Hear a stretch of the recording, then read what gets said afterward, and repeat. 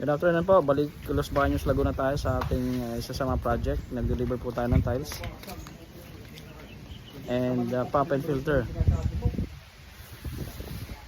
So dumaan kami ng Wilton kanina and diretso dito sa Los Baños. Hapon na tayo nakarating, alas 3 na. So update ko po kayo sa ginagawa namin dito na swimming pool and water features.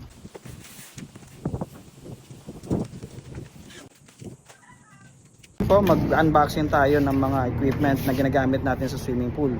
So first, itong swimming pool pump. Ang brand nito is Hayward. So ito yung isa sa mga sikat na brand na ginagamit natin pang swimming pool. So Hayward, Open Air.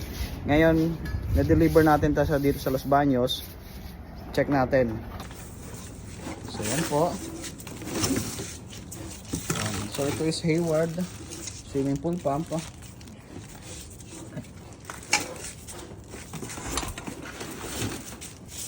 So ang swimming pool pump is meron siyang parang access hole o skimmer sa loob. Pabuksan ako.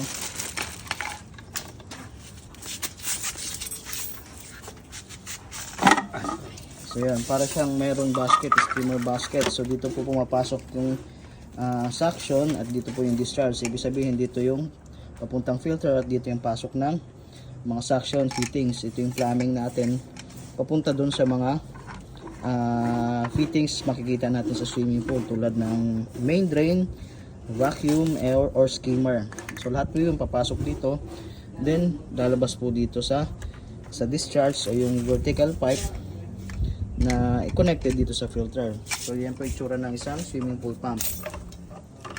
Isang filter ng swimming pool natin. So combination sila, isang pump at isang filter. Trabaho niya, siya yung mag-filter ng mga solid waste sa mga swimming pool natin. So isa tong type ng cartridge filter.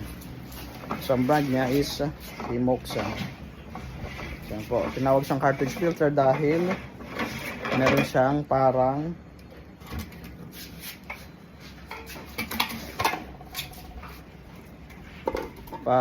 cartridge o filter na makikita natin sa mga sasakyan. So yan po. So ito made up of polyester filter o parang tela. So dyan po trinatrap yung mga solid waste na gagaling sa swimming pool. Yan, cartridge filter ang tawag po sa kanya. Okay, so itong heater is Hayward. Isa sa top of the line ng pagdating sa heating ng swimming pool kasi mas mababa ang konsumo niya sa kuryente and hindi siya gumagamit ng gas kasi meron tayong tatlong klaseng heater, ang electric type, gas type, and heat pump. So ito yung heat pump,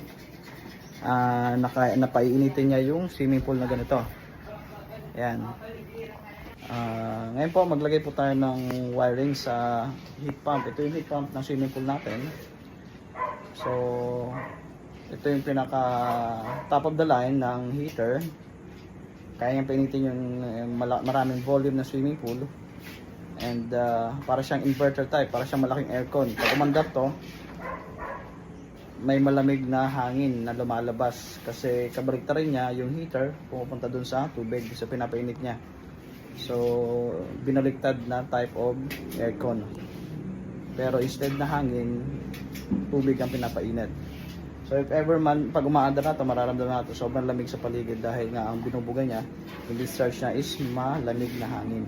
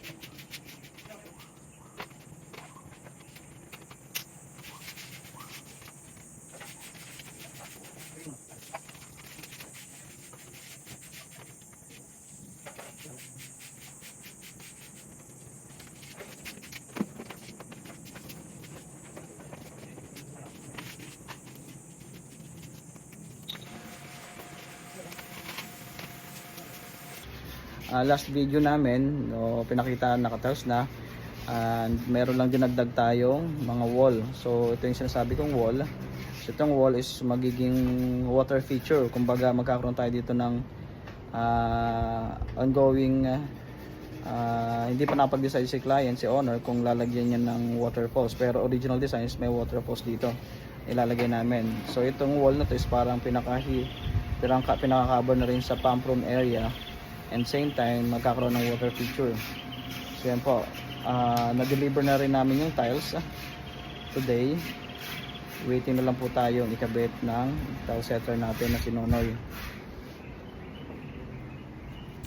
So supposed to be tapos na ho kami dito kasi na-install na namin yung lahat, yung mga dinagdag natin, yung main drain, ilaw, and nagpadagdag lang si client ng water feature. So i-install na lang namin yung mismong pump and heater. So ito po yung magiging location ng heat pump natin, and yun dun is location ng pump and filter. So ngayon alilinisin lang nila para maibaba natin yung heater kasi medyo mabigat pagata. Then after that, pag matapos namin sa natin treatment, tiling works na lang po.